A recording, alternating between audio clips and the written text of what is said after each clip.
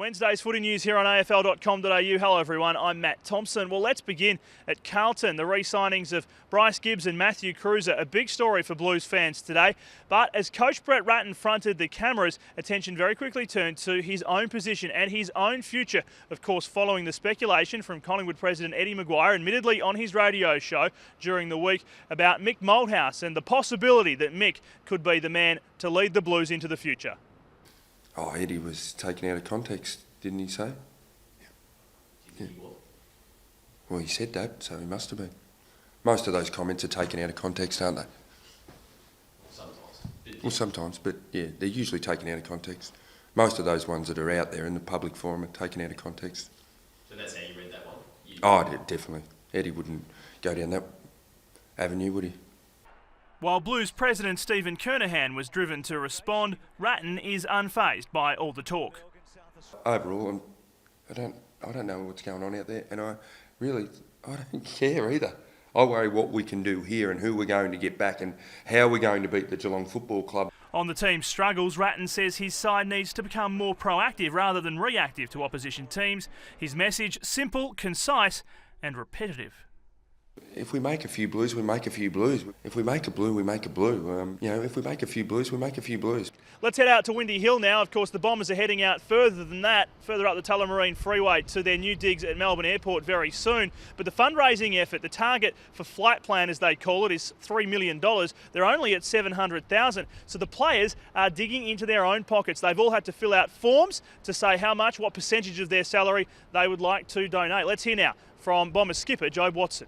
I think we just felt that we were asking fans and supporters to support the club, and that we realised that we needed to kick in as well. And I think that it shows that we really are going to be the ones who benefit from this, and we felt that it was important that we were also contributing. Collingwood's Harry O'Brien has revealed he's spoken to Gold Coast player Joel Wilkinson, who was racially vilified by a Magpies member from over the fence at the weekend. I think this is the issue with our society. Like, we just focus on these isolated incidents.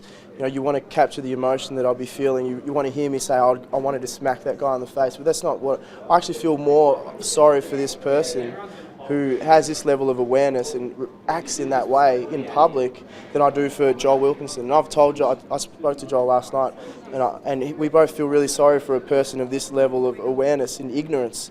It's really unfortunate to be that way.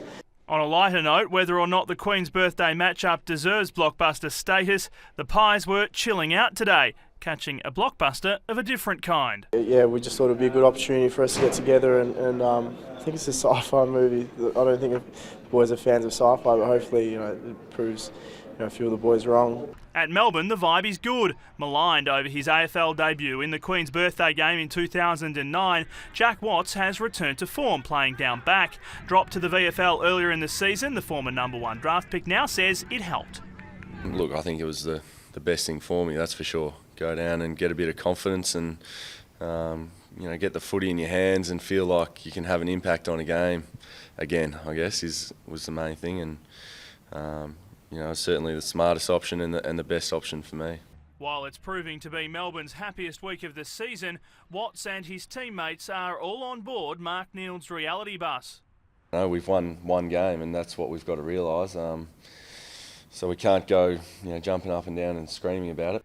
And while the Suns remain winless, hardman Campbell Brown still believes his side is better than this time last year. I know that we had a couple of wins by this stage, but certainly we've won more quarters. Our ball movement's been a lot more structured and better. The defensive aspect of our games improved significantly, and things like that. And that is a wrap on Wednesday's footy news here on AFL.com.au. Of course, as footy news happens, it happens here online. We've got reporters and cameras all over Australia to keep you up to date. So keep clicking back.